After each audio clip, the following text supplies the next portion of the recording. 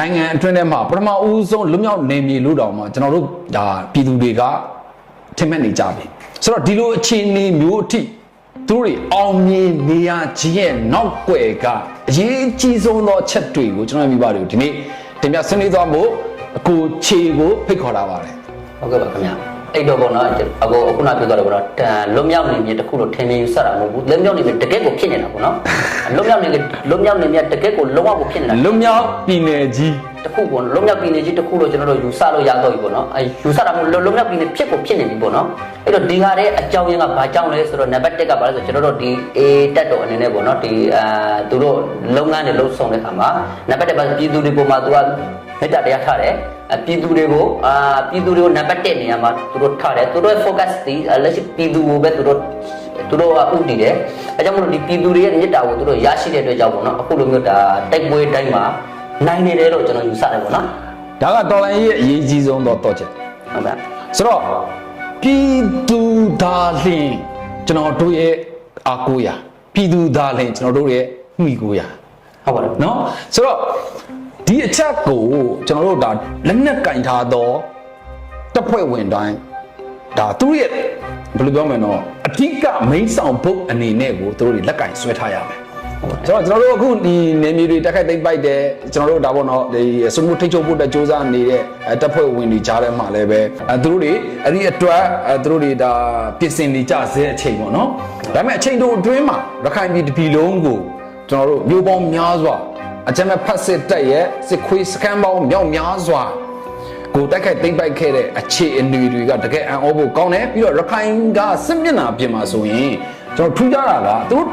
တွေ့ရတာကကြီးတဲ့ရေတက်ကောလေတက်ကောတွေ့ရဟုတ်တယ်ဆိုတော့အချို့နေရာတွေမှာဆိုရင်ရေတက်မပါဟုတ်တော့ဟုတ်ပါတယ်ရေတက်ပြစ်ကူမပေးနိုင်ဒါပေမဲ့ရခိုင်စစ်မျက်နှာပြင်ကရေတက်ပါပြစ်ကူပေးခံရတဲ့အခြေအနေဆိုတော့ဒီကြားထဲမှာကျွန်တော်တို့ဒါဒီဘာသာရေးထိလို့ရှာလိုက်တဲ့အခြေအနေတွေပြီးတော့ဒါကိုခုတုံးလောက်ဒါကိုအသုံးပြုပြီးတော့အကြမ်းဖက်စစ်ခွေးတက်ကလည်းဒါအချို့မွတ်စလင်တွေကိုလက်နက်ပေးကင်လိုက်တဲ့အခြေအနေတွေရှိနေပါတယ်ဆိုတော့ဒီအခြေအနေတွေကိုကျွန်တော်တို့အားလုံးခြုံငုံပြီးတော့ဒီနေ့တွေ့ရမှာဖြစ်တယ်ဗျဟုတ်ပါဗျာအဲ့တော့ဒီလက်ရှိအနေနဲ့ပေါ့နော်လက်ရှိနေပြီးတော့ AA က2021မှာဘာကြောင့်ဘောနော်သူတို့ဒီလက်ရှိနေပြီးတော့ဒီဘောနော်ဒီလက်ရှိအာဏာသိမ်းစစ်ကောင်စီကိုမတော်လှန်ခဲ့ရတာလဲဆိုရင်သူတို့ကဘာလဲဆို2019ကလောက်ကတည်းကပဲသူတိုက်နေကြတာစိတ်အရင်ပင်ပန်းနေအဲ့ကစိတ်အရင်ပင်ပန်းနေတာသူတို့ဒီလက်ရှိစစ်စကားနဲ့ပြောမယ်ဆိုလို့သူတို့အရင်ပင်ပန်းနေစစ်ပန်းနေတဲ့အချိန်မှာသူတို့ဒါတွေကိုမလုပ်ခဲ့ဘူးမလုပ်ခဲ့ပြီးတော့သူတို့ဘာလို့ဆိုဒီ2021မှာသူတို့ဒီလက်ရှိနေပြီးတော့ဘောနော်ဒီသူတို့အခွင့်အရေးတွေပေါ့အခွင့်အရေးတွေရဖို့အတွက်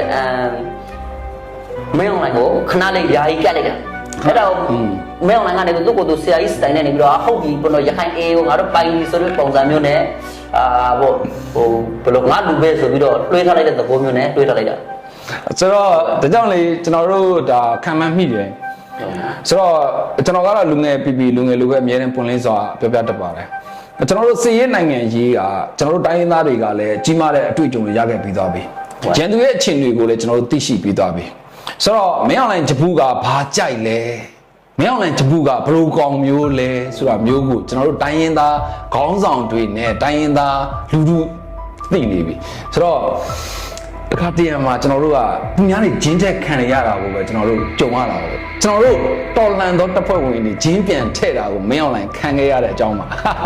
မင်းအောင်လှိုင်ကဘာမင်းအောင်လှိုင်ကဘာကြောင့်ခံလဲမင်းအောင်လှိုင်တရားကိုခံလိုက်ရတယ်တဲ့ကမင်းအောင်လှိုင်က2021ကနေ2023ဒီကိုဘာလို့ရလဲဆိုတော့ဒီဘက်မှာလည်း तू ကဒ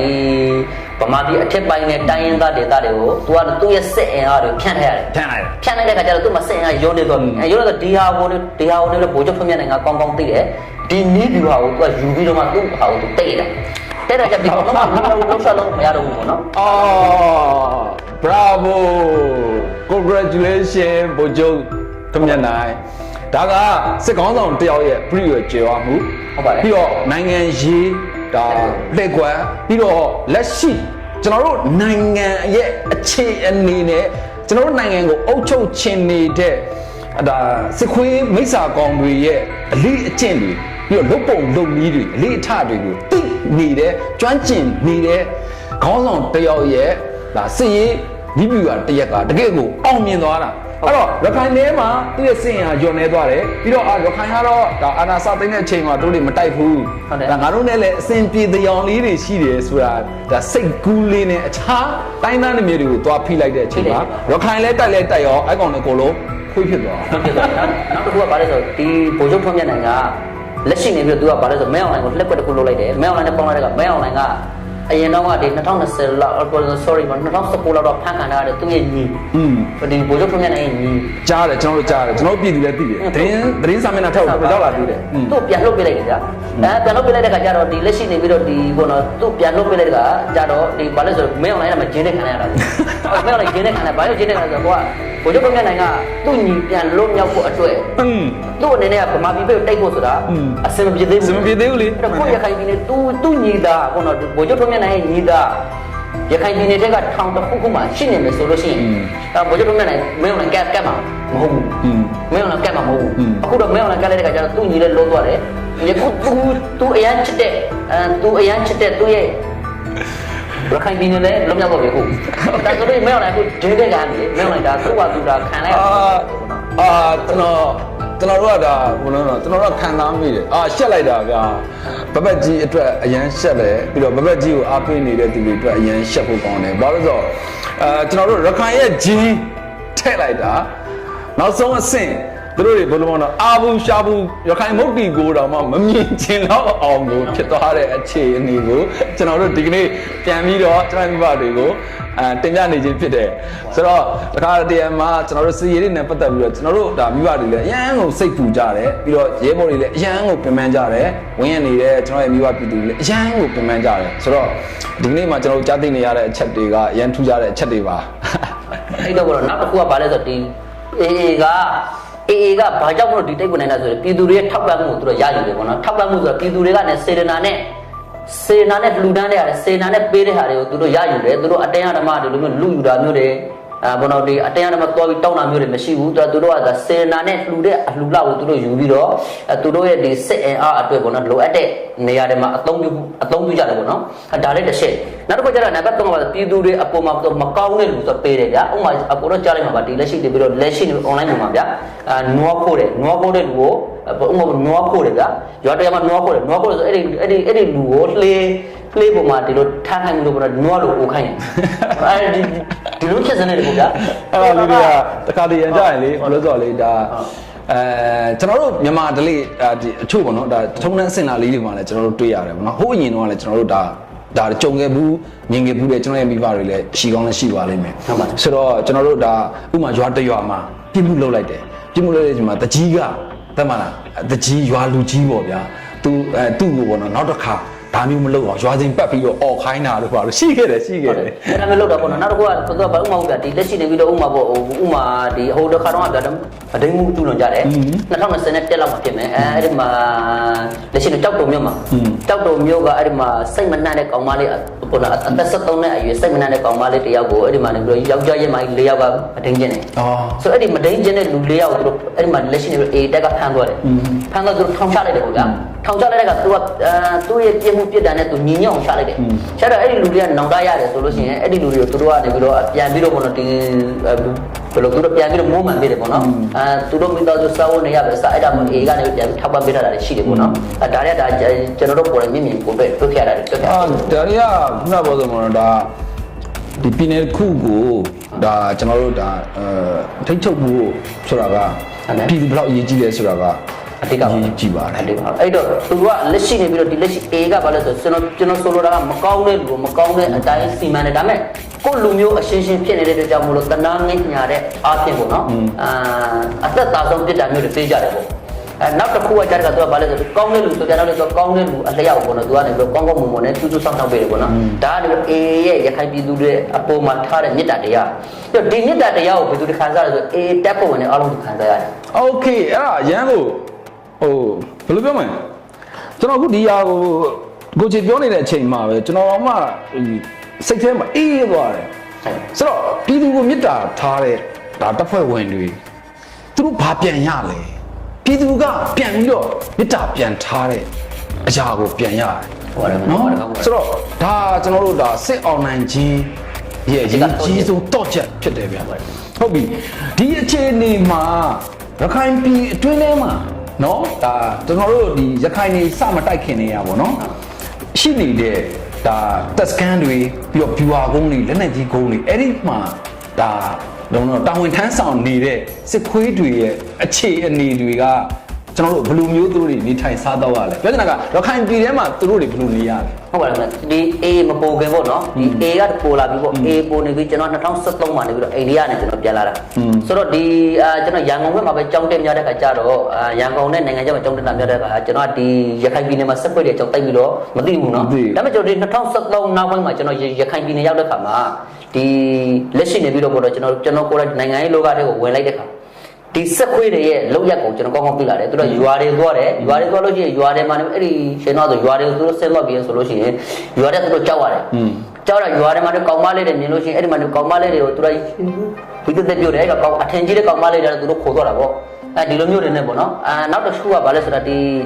ီသူတို့ဘာလဲဆိုရွာတွေဝင်လာပြီဆိုလို့ရှိရင်အရက်တောက်တယ်ဗျာအရက်တောက်တယ်မူတယ်ယူတယ်ပေါ့နော်သူတို့ဘယ်သူမှလာပြီးတော့မပြောရဘူးအဲ့ကသူတို့ကလည်းသူတို့မကျင်တဲ့အရက်ဆိုင်မှာအရက်တောက်ကြရင်လည်းကျွန်တော်ရခိုင်လူမျိုးဆိုတာကအရက်တောက်လို့ရှိရင်စကားနည်းနည်းအသားကြီးပြကြတယ်ဗျာဒါရွာဖြစ်ဟုတ်ကျွန်တော်တို့ကြုံမှုတွေအားရပါရပြောတာအဲ့တော့အဲ့ဒါဟိုအဲ့ဒီကောင်လည်းထားပြီးပွားရတာမျိုးတွေပေါ့နော်အဲ့ဒါမျိုးတွေကျွန်တော်မြင်ခဲ့ရတယ်နောက်ဒီကျွန်တော်ကိုယ်တိုင်လည်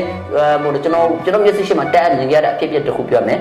ကျွန်တော်ဒီမှာရခိုင်ပြည်နယ်အမျိုးသားအင်အားစုပါတီမှာတောင်ကုန်းမြို့ဥက္ကဋ္ဌလုပ်တော့ကျွန်တော်ဒီမှာနေပြီးတော့ပေါ့နော်ဒီဘယ်လိုခေါ်မလဲကျွန်တော်တို့ဒီကြေးကစီအောင်ရေးအနေနဲ့ကျွန်တော်ဆင်းသွားတယ်ပေါ့နော်ပါတီစီအောင်ရေးတစ်ခုနဲ့ဆင်းသွားတယ်ဆင်းသွားတဲ့ကအဲ့ဒီရွာမှာနေအဲ့ဒီရွာမှာနေပြီးတော့စက်ခွေးတက်ကအဲ့ဒီမှာအကြကြီးပကောင်ပေါ့သူ့နာမည်ဂျိုမင်းအဲ့ဒီအခုလက်ရှိဒီဟာကငါစပယ်နဲ့ကိုကိုဌာနအမှန်ငါကအဲ့ဒီမှာအကြကြီးဂျိုမင်းဆိုတဲ့ကောင်အဲ့ဒီကောင်ကနေပြီးတော့ဘာလာလို့လဲဆိုတဲ့က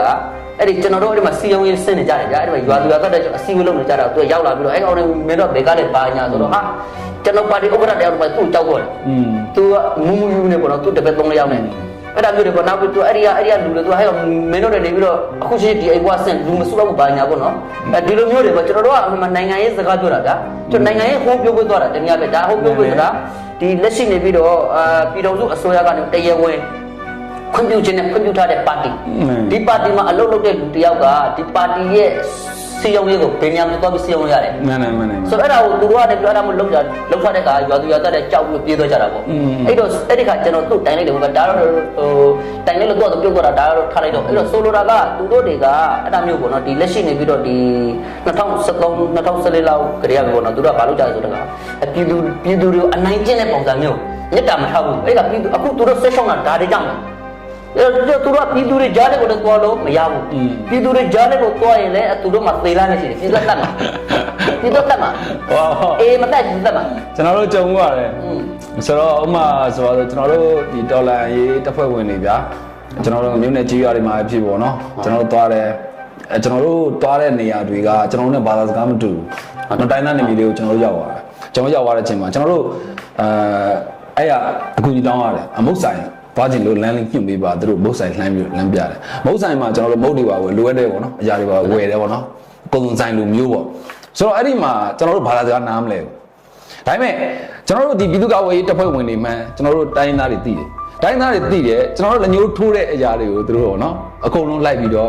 စီစဉ်ပေးတယ်သူတို့ချာချာထုတ်ပိုးပေးတယ်ပြီးတော့ကျွန်တော်တို့ဒါဝယ်ပြီးတော့ငွေရှင်းပေးပြီးပြီးအောင်မှာသူတို့ကဥမာပွန်သီးကိုလက်ဆောင်ထည့်ပေးလိုက်တာမျိုးပြီးတော့ရေတံဘူးကတ်တွေပေးလိုက်တာတွေရှိတယ်ပြီးတော့ကျွန်တော်တို့တောက်ဖို့ဆိုပြီးတော့ဖတ်ချမ်း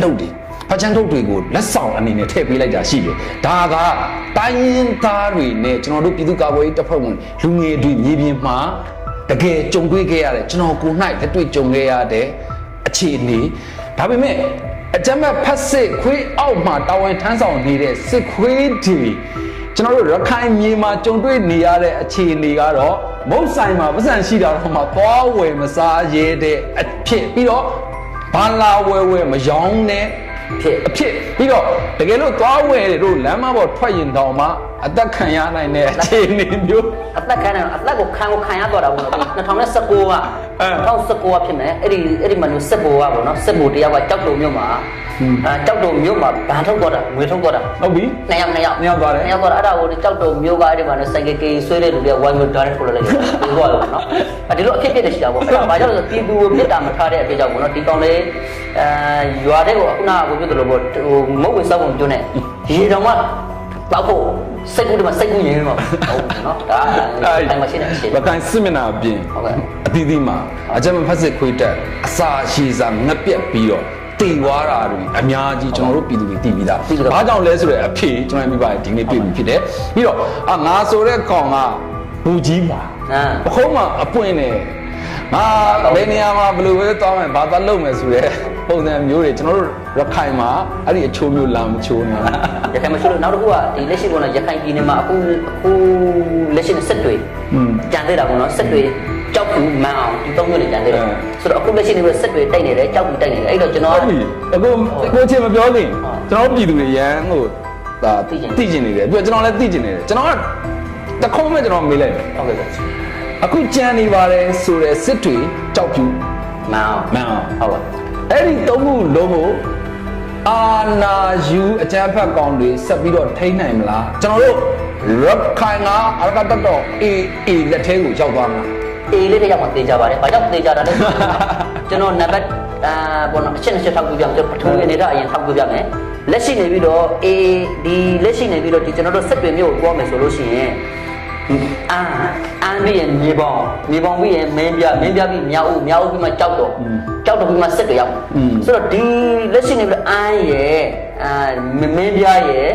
and sorry အန်ရဲ့မြေပေါင်းရဲ့မင်းပြရဲ့မြောက်ဦးရဲ့ကြောက်တော်ရဲ့ကိုအေကနဲ့သိထားတာအေးလုံးမြောက်နေဖြစ်နေဆိုတော့ကြံတဲ့နေရာလေးတွေကဘာလဲဆိုဒီအခုလက်ရှိနေပြီးတော့စစ်တွေတကွဲစာကြံနေဆိုတော့ဒီစစ်ခွေးတွေကဒီစစ်တွေမြို့မှာအထိုင်ချထားတဲ့ဒီစစ်ခွေးတွေကဘယ်သူထောက်ပံ့ခြင်းနဲ့ဘယ်သူစီကပိုက်ဆံနဲ့သူတို့စားတော့မယ်မြို့တဲ့ကိုအပြောနေလေသူတို့ဘယ်နေရာတော့မှာသူတို့အဲ့တော့သူတို့ဟာစစ်ကူကိုလည်းသူတို့ညှို့မှန်းလို့မရဘူးနံပါတ်1နံပါတ်2လေကြောင်းနဲ့တိုက်မယ်โอเคလေကြောင်းတိုက်မယ်ဆိုလို့ရှိရင်ဒီအေကလေကြောင်းရန်ကိုကာကွယ်ဖို့အတွက်သူတို့မှာနိစနဲ့ရှိပြီးသားဖြစ်မယ်နိစနဲ့ရှိပြီးလို့ကြောင်းလဲအမ်းမှာသူတို့အထိုင်ချထားတာလေအမ်းရဲ့ဒီလက်ရှိနေပြီးတော့ဘာလို့ခေါ်လဲအဲ့ဒါကိုအန်တက်မာကြီးအခုလုံးသူတို့အထိုင်ချထားတာဒီအန်တက်ဟာရခိုင်ပြည်တပြည်နယ်လုံးကိုထိန်းချုပ်ထားတဲ့တက်ဆိုတော့ဒီတက်ကိုတော့မှအေကထိန်းချုပ်ထားနိုင်ပြီဆိုတော့လေကြောင်းရံကိုသူတို့မကြောက်လို့ထိထုတ်ထားတာဆိုတော့ဒီတစ်စစ်ကိုသူတို့လေကြောင်းလာပြီးပူမယ်ဆိုတဲ့ဟာပေးပေးထားလိုက်တော့နံပါတ်1ကပထဝီအနေထားအရသူတို့ဘယ်လိုနည်းနဲ့မှသွားလို့မရဘူးဟုတ်ပြီစစ်တွေကနေပြီးတော့ရန်ကုန်လာမယ်ရေလန်းခီးသူတို့ဘယ်လိုနည်းမှလုပ်လို့မရဘူးဟုတ်ဆိုတော့ရေလန်းခီးသွားမယ်ဆိုကျွန်တော်တောင်ကုန်းကိုပြရပြီဗျာဆိုတော့ဒါမျိုးတွေကျွန်တော်တို့မြန်မာစကားတွေမှာအများနဲ့ပြောနေတဲ့စကားတွေတစ်ခုတွေဟောလဲရေရှိုးပြီးတော့မိုးပြန်မယ်ဆိုတော့ဟုတ်ပြီမြေပါရှိုးပြီးတော့ရေပါချိုးပြီးတော့မိုးပါပြန်ရင်တော့မရဘူးဘာဖြစ်လို့လဲဆိုတော့အခုခြေလို့လည်းပြောထားတယ်အင်္ဂါဂျူကလာတားရှိတော့မှဘယ်သူမှတားလို့မရဘူးတခါလည်းပြောထားတယ်ဟုတ်တယ်ဟုတ်ပါတယ်အဲ့တော့သူတို့ကလက်ရှိနေပြီးတော့ဒီစစ်တွေမြို့မှာရှိနေတဲ့ဒီစစ်ခွေးတွေကပေါ့နော်လက်ရှိအနေထားအရအလံပြူထောင်ပြီးတော့ပေါ့နော်အလံပြူထောင်ပြီးတော့လက်နဲ့ရှာခဲ့တယ်ဆိုလို့ရှိရင်အေကလည်းတက်ညာစဉ်းစားပြီးမှာပဲအမြဲတမ်းစဉ်းစားပြီးတယ်ပြီးတော့ကျွန်တော်တို့ကောင်းမွန်ထားပေးတယ်ပြီးတော့ဒီသူတို့ပေါ့နော်ဒါလက်နဲ့ချတယ်အញ្ញမ်းခံတယ်အလံပြူထောင်တယ်ပေါ့နော်အဓိကဖြစ်ကတော့အေးနဲ့ပူပေါင်းတယ်ပေါ့ဗျာအေးနဲ့ပူပေါင်းတယ်ဆိုရင်အေးကတော်တော်လေးကိုတန်မိုးထားတာကိုကျွန်တော်တို့ဒါထူးခြားစွာတွေ့ရတယ်ဗျာဟုတ်ကဲ့ဗျာအဲ့တော့သူတို့အနေနဲ့ပေါ့နော်ဒီဟာကိုတပြီးတော့အလံပြူထောင်ပြီးတော့ဒါဟာတပြီးတော့ကိုယ့်ရဲ့မှားကြောင်းကိုဝန်ခံပြီးတော့ပေါ့နော်ဒီလက်ရှိနေပြီးတော့အေးတက်တော်နဲ့ပူပေါင်းပေးတာတစ်မျိုးတကယ်လို့မပူပေါင်းဘူးဆိုရင်မဟုတ်သေမှာပဲသေလာတော့ဘာကြောင့်လဲဆိုတော့ဒီလက်ရှိမျိုးစစ်တွေမျိုးကကျွန်တော်ခုနပြောပြီးပြီလေဗျာသူတို့ဝင်လာတဲ့လမ်းကြောင်းမှန်သမျှသူတို့ဒီလက်ရှိအင်အားလာဖြစ်တဲ့မဲ့လမ်းကြောင်းမှန်သမျှကိုထိန်းချုပ်ထားတာနောက်တစ်ခုပြီးကြောက်ဖြူဒါကြောက်ဖြူကြောက်ကျွန်တော်ပြောမယ်ကြောက်ဖြူကရေလန်းနဲ့ဘောနော်ဒီကြောက်ဖြူရေလန်းကောင်းလန်းလေလန်းဘောနော်လေချောင်းလန်းပေါ့နှစ်ခုရှိတယ်ပေါ့နော်ဒီလေချောင်းလန်းတစ်ခုကိုလေချောင်းလန်းဆိုတော့အခုလက်ရှိလေချောင်းကိုလည်းအေကထိန်းချုပ်ထားပြီဆိုတော့အခုဒါဆိုရေချောင်းလန်းကိုလည်းအေကထိန်းချုပ်ထားပြီဒီတက်ရှိကြောက်ဖြူကိုတွားဖို့အတွက်ကိုဗမာပြည်ဘက်ကလာမယ်ဆိုလို့ရှိရင်ဒီဘောနော်မင်းဘူးကာမလန်းကလာမယ်ဆိုအံကိုထည့်ရမယ်အံကိုဖျက်ရမယ်လူရင်းကလာဖြစ်တဲ့ဖို့အတွက်အဲ့တော့သူတို့လေချောင်းကနေပြီးတော့လူလာချပြီဆိုလို့ရှိရင်အေကလေချောင်းရအောင်ထိန်းချုပ်ထားပြီဆိုတော့သူတို့အနေနဲ့ဘယ်လိုပုံစံမျိုးနဲ့အသက်ရှင်ပါလဲအဲ့တော့လက်ရှိကြောက်ဖြူကိုတိုက်နေတဲ့အေတွေစီမှာကိုလက်နဲ့ရှာပြီးအညက်ခံမလား ဒါမှစစ်ပြီးတော့ဒီမဲအွန်လိုင်းရဲ့မဲအွန်လိုင်းအတွက်အသက်ခံမလားပေါ့နော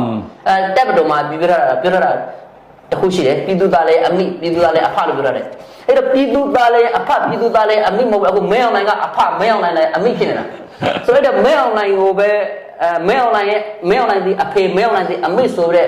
စိတ်ဓာတ်မျိုးနဲ့တွားပြီးတော့ပေါ့နော်စိတ်ဓာတ်မျိုးနဲ့နေပြီးတော့အေကိုပြန်ပြီးတော့တိတ်မလားပေါ့ဒါဆိုလို့ရှိရင်သူတို့ဘဝဟာ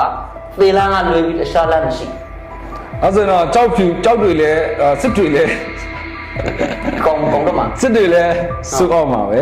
ဲကြောက်ပြူလည်းစိုးအောင်ပါပဲပြီးတော့နောက်တစ်မျိုးမန်အောင်ကကြတော့ तू ကမန်အောင်ကလည်းစိုးအောင်ပါပဲမန်အောင်ကဘာလို့မန်အောင်ကရေရတစ်ခုရှိတယ်နော်ကျွန်တော်တို့ဒါအခုခြေကအခုခံမှန်းထားတယ်ရခိုင်ပြည်ထဲမှာလက်ရှိနောက်ဆုံးကျန်နေတဲ့မြို့၃မြို့ဟုတ်ပါတယ်နော်စစ်တွေစိုးအောင်ပါပဲစိုးအောင်ပါဟုတ်တယ်နော်ကြောက်ပြူစိုးအောင်ပါပဲဟုတ်တယ်မန်အောင်စိုးအောင်ပါပဲရွေးချယ်စရာအခုပဲရှိတယ်ဟုတ်ပါတယ်အလကတတော့ AA နဲ့ပူပေါင်းပါဟုတ်တယ်ဒါဆိုရင်တော့သူတို့တွေအသက်ရှင်သန်ခွင့်ရမယ်မိသားစုနဲ့တစ်ချိန်မှာပြန်ဆုံတွေ့ခွင့်ရမယ်ကောင်းဝင်နိုင်ခွင့်ရနော်ဟုတ်ပါတယ်တကယ်လို့လက်နဲ့မချဘူးခေါင်းမနေမယ်ဆိုရင်တော့ဒေလာတခုပဲရှိတယ်အကုန်လုံးတည်ဖို့ရပဲရှိပါတယ်ကျွန်တော်လည်းပြောဘူးတယ်ဒါစစ်တူမှာရှိတယ်ဒါအဲ့ဒီမှာရှိတဲ့ကျွန်တော်တို့ဒါပြည်သူစစ်တွေရောဟုတ်လားညီမျိုးစုံနဲ့အဖို့ခံထားရတဲ့ဒါစစ်မှုထမ်းအသက်ကလေးတွေရောပြီးတော့လက်ရှိအာဏာယူအောက်မှာတာဝန်ထမ်းဆောင်နေတဲ့စစ်ခွေးတွေရောကျွန်တော်ပြောမှုတဲ့သုံးသက်ချက်တစ်ခုရှိတယ်အဲ့ဒါဘာလဲဆိုတော့အဲ့ဒီစစ်တွေမှာထွက်လန်းပြေးလန်းမရှိတော့တဲ့အတွက်အကုန်လုံးရည်ရဲကိုခုန်ချပြီးတော့ကိုယ့်ကိုတက်တည်ရမယ်အခြေအနေရောက်သွားလိမ့်မယ်ဟုတ်ပါတယ်နော်ဟုတ်ပါတယ်အဲ့ဒီမှာရှိတဲ့နဗီတွေကလည်းကန်းကက်စရာအဲ့ဒီမှာရှိတဲ့စစ်သမောတွေကန်းကက်စရာနေရာမရှိဘဲနဲ့ပင်လယ်မှာပဲတဝဲလဲလဲနဲ့နောက်ဆုံးမှာကြီးထိုးစားခံရလိမ့်မယ်ဆိုတာမျိုးကျွန်တော်သုံးသပ်ခဲ့ဘူးလေဟုတ်ပါတယ်သူတို့ကန်းကက်လို့လည်းမရဘူးဘာလို့ဆိုတော့သူတို့ကကန်းကက်တယ်လို့ဒီဘက်ကနေတော့ A ရဲ့စစ်မျက်နှာပြင်ကနေပြီးတော့ဒီလက်ရှိနေပြီးတော့ဒီကျွန်တော်တို့နေပြီးတော့ကိုယ်ရခိုင်ပြည်နယ်ဘက်မှာဆိုလို့ရှိရင်ဒီလက်ရှိ A ရောက်တိုင်းမှာဆိုလို့ရှိရင်အပင်ညို့ဒါပသိမ်မြို့အပိုင်းပေါ့လေပသိမ်မြို့နယ်အပိုင်းအဲ့ဒီနေရာတွေအားလုံးသူဒီရေကြီးတော့အလုပ်တော့ပေါ့နော်အဲ့ဒီနေရာတွေသူတို့သိမ်းထားတာဆိုတော့ဒီရခိုင်နဲ့ AR နေဆက်အရှောက်တော့သူသိမ်းထားတာဆိုတော့သူတို့ဒီဘက်ကနေပြီးတော့ဒီဘက်ကလက်ရှိနေပြီးတော့ဒီလက်ရှိနေစက်ခွေးတွေကအဲ့ဒီလမ်းကနေပြီးတော့ဆက်အားပို့လို့လည်းအဆင်ပြေဘူးအဲ့တော့ဒီမန်အောင်ကြတဲ့ခါအေကထက်စင်းစားမှာဟုတ်မန်အောင်ကကောင်းတဲ့ထက်စားမှာဘာကြောင့်ဆိုမန်အောင်ကကောင်းလမ်းမရှိဘူးရေလမ်းတစ်ခုမရှိဘူးရေလမ်းတစ်ခုမရှိဘူးအဲ့တော့လေရင်ခွေးလည်းမရှိဘူးတော့ဒါကြောင့်ဟုတ်တယ်အော်တိုဆိုအောက်တွေရှိတယ်ကျွန်တော်တို့ဒါမြို့တွေထဲမှာပေါ့နော်ကျွန်တော်သတင်းသုံးသပ်တဲ့အချက်တွေမှာဆိုလဲကျွန်တော်ပြောတယ်ပေါ့နော်ဘယ်ဆိုတော့ဘယ်စကန်ကိုတက်ခိုက်သိမ်းပက်လိုက်တယ်ဆိုရင်တော့ဘယ်နေရာအော်တိုဆိုအောက်ဆိုတာကျွန်တော်တို့ကသိရှိပြီးသားပေါ့နော်ဒေတာကန်တွေပိုသိမှာပါဟုတ်ပြီဒါဆိုရင်တော့ဒီကနေ့မှာကျွန်တော်တို့ဒါအကိုချေစီကထွက်လာတဲ့ဒါကျွန်တော်တို့ဒါစစ်တွေကလည်းရခိုင်လက်ထဲကိုရောက်မှာပဲကြောက်ဖြူကလည်းရခိုင်လက်ထဲကိုရောက်မှာကိုကျွန်တော်တို့တွေ့ရမှာဖြစ်တယ်မန်အောင်ဆိုတာလည်းပြောစရာမရှိသိကြပါတယ်ဒါကြောင့်ရခိုင်ပြည်လုံးကတော့အရကတက်တော့ AA လက်ထဲကိုရောက်ပြီးတော့ကျွန်တော်တို့ရခိုင်သားတွေဟာလွတ်မြောက်သောနေမြဖြစ်ပြီးတော့လွတ်မြောက်သောသူတွေအဖြစ်သူတို့ရဲ့ဒါလွတ်မြောက်ခြင်းရတာတွေကိုခံစားရဖို့အနည်းဆုံးမှရှိလေပြီးတော့ဖြစ်လာနေပြီဟုတ်ပါတယ်ခင်ဗျာဆိုတော့ဒါဆိုရင်ကျွန်တော်တို့ဒီနေ့အနှစ်ချုပ်မှာကျွန်တော်တွေ့တာကတော့ကျွန်တော်တော်လှန်ရေးအောင်မြင်ဖို့အတွက်ပြည်သူသားလျင်အရေးကြီးတယ်ပြည်သူပေါ်ထားတဲ့စေစနာပြန်ပြီးတော့ဒါအကျိုးခံစားရတယ်ဆိုတာကိုကျွန်တော်တွေ့ရမှာဖြစ်တယ်ဆိုတော့ဒါဆိုရင်ဒါလက်ခိုင်မှာလက်ရှိကြံနေသေးတဲ့အကျန်းဖတ်စစ်ခွေးတက်ရဲ့မိသားစုတွေဟုတ်ပါတယ်သူတို့တွေကိုဘယ်လိုမျိုးလေးမှားခြင်းလဲသူတို့တွေကတော့သူတို့တွေမှားခြင်းနောက်တစ်ခုကသူတို့နဲ့မဟုတ်အဆက်တွေမရဟိုပဲဒီလက်ရှိဒီဗီဒီယိုကိုဒီကျွန်တော်တို့ရဲ့ပေါ့နော်ကျွန်တော်တို့ဒီတင်ဆက်တာကိုကြည့်နေတဲ့ဟိုရက်ကွက်ကလူတွေလည်းရှိမှပဲအဲ့ကသူတို့လည်းပြန်ပြောပြလိုက်ပါပေါ့နော်ပြောတစ်ဆက်ကလည်းပြောပြစေချင်တာကကိုယောက်ျားကိုသားသမီးကိုပေါ့နော်အမြန်ဆုံးလက်နဲ့ရှာခိုင်းဖို့ပေါ့နော်အဲ့ဒါလေးကိုကျွန်တော်ပြောချင်တယ်။ဘာကြောင့်လက်နဲ့ရှာခိုင်းကျွန်တော်လက်နဲ့ရှာခိုင်းပါလို့ကျွန်တော်ပြောတာမဟုတ်ဘူး။စဉ်းစားပါသုံးသပ်ပါ။ဘာကြောင့်လဲဆိုတော့ဒီစစ်ပင်မျိုးကိုကျွန်တော်ခုနထောက်ပြီးပြီလေဗျာ။ဗမာပြည်ဘက်ကလာမယ်ဆိုလို့ရှိရင်သူတို့လေကြောင်းရံကိုကာကွယ်ဖို့အတွက်အေးမာနေပြီးတော့အထိုင်ချတာပြီးတော့သူမှာ အဲ့တော့ဒီဘက်ကုန်းချောင်းကလာမယ်ဆိုလို့ရှိရင်ကုန်းချောင်းကိုသူတို့အထိုင်ထားတာပြီးအဲ့တော့သူတို့ကလက်ရှိနေပြီးတော့ပေါ့နော်လက်ရှိ A ကပထမတော့ကရခိုင်ပြည်နယ်ကိုဖြတ်လေးဖြတ်နေဖြတ်တယ်ရခိုင်မျိုးဖြတ်လေးပြက်နဲ့ကျွန်တော်တို့အာနာရှင်အုပ်စုကလောက်ခဲ့တာတိတ်တယ်အဲ့တော့အာနာရှင်အုပ်စုကနေပြီးဖြတ်လေးဖြတ်နေတိတ်တယ်အခု A ကနေပြီးတော့အဲ့ဒီကောင်တို့ပြန်ဖြတ်လေးဖြတ်နေဖြတ်နေတယ်အဲ့တော့ဖြတ်လေးဖြတ်နေပြီးဆိုသူတို့မှရွေးရှင်စရာလမ်းမရှိတော့ဘူးပေါ့နော်အဲ့တော့အမေရိကန်မဲအွန်လိုင်းအတွက်အသေးခံပြီးတိုက်မလားဒါမှမဟုတ်လည်းလက်နဲ့ရှာပြီးတော့ဘောနော်အလဲဝင်လာမလားဘောနော်အဲ့ဒါဆိုလို့ရှိရင်တော့ A ကနေဝလို့ဒါကြောင့်မှဒါကျွန်တော်တို့ပြည်သူတွေဆိုရင်ဒါကျွန်တော်တို့အခုလက်ရှိပေါ့နော်ဒါတော်လှန်ရေးရဲ့ကာလာတောက်လျှောက်လုံးကိုကျွန်တော်တို့ရဲ့လှုပ်ရှားမှုတွေပြီးတော့ကျွန်တော်တိုင်းရင်းသားအဖွဲ့အစည်းမျိုးစုံရဲ့ပေါ့နော်ဒါအကြံဖက်စစ်ခွေးတက်ကိုဒါဘယ်လိုမျိုးအနိုင်ယူကြလဲဆိုတာကိုကျွန်တော်တို့ဒါရုပ်ရှင်ပိတ်ကားကြီးတစ်ခုကိုကြည့်နေရသလိုမျိုးပါဟုတ်ပါတယ်ဒါကြောင့်တော်လှန်ရေးမှာပါဝင်နေတဲ့ကျွန်တော်ရဲ့မိဘတွေအရန်ကိုဂုဏ်ယူဖို့ကောင်းတယ်ကျွန်တော်